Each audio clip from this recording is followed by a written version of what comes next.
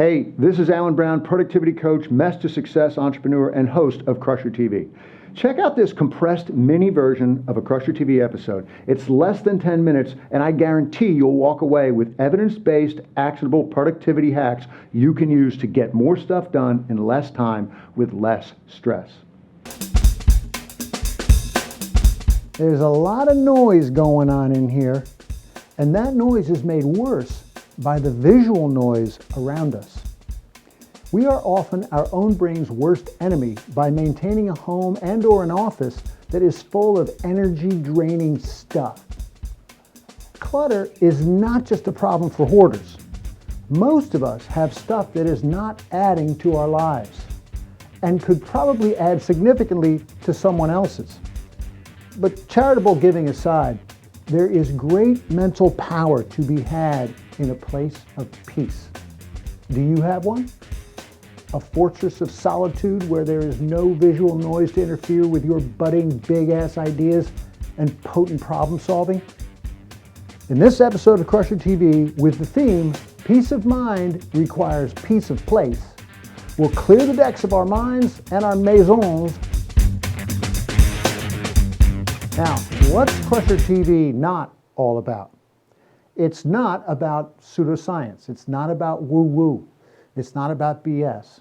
This is the Crusher TV promise.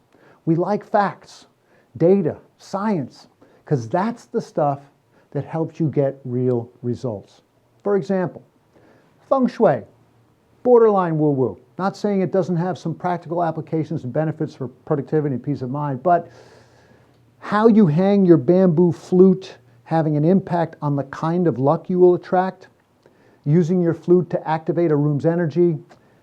I haven't seen any double-blind random studies on that yet. That said, I do believe in the energy flowing from spaces, meaning the mental energy that results from a given living space or workspace. To wit, in which bedroom do you think you'd fall asleep faster and get a better night's sleep? Which would you rather begin your day in? Which closet would you rather poke your head into when deciding just how dressed to kill you want to dress? In which living space would you be more likely to feel alive or just be more rested at the end of the day? Now, these pairings are exaggerated, of course, and few of us live in homes featured in Architectural Digest, but the point is to amplify that the latter of each pair creates and preserves positive energy, and the former just drains it. And importantly, whether you live in a McMansion or a mobile home or a micro home, you can create an environment for more mental power and clarity. All the more important, therefore, that our place of work must be a place of visual peace. And tonight, I will share with you the indispensable keys to getting crap out of our way so we can focus more and think bigger.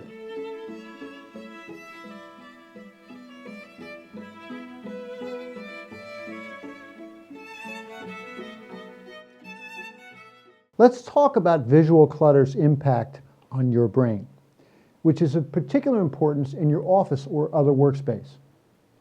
Now, many, if not most of you, may look around your office and say, hey, I like my stuff, I can find my stuff, and I'm pretty productive, so don't mess with me or my stuff. Well, hear me out.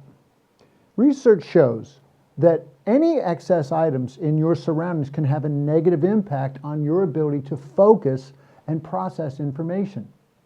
Neuroscientists at Princeton showed that physical clutter in your surroundings competes for your attention, resulting in decreased performance and increased stress. Why is this? What are the mechanics of this? Writing in Psychology Today, Dr. Sherry Board-Carter does a nice job of explaining. She says clutter bombards our minds with excessive stimuli, not just visual, but olfactory and tactile, which causes our senses to work overtime on stimuli that aren't necessary or important. Clutter also distracts us by drawing our attention away from what our focus should be on. Clutter constantly signals to our brains that our work is never done. And clutter inhibits creativity and productivity by invading the otherwise open spaces that allow most people to think, to brainstorm, and to problem solve. Lastly, clutter makes it more difficult to relax, both physically and mentally. Now, you may recall the mini productivity hack I shared back in episode 4, in which I clear the decks of my desk before hunkering down on a tough task or project.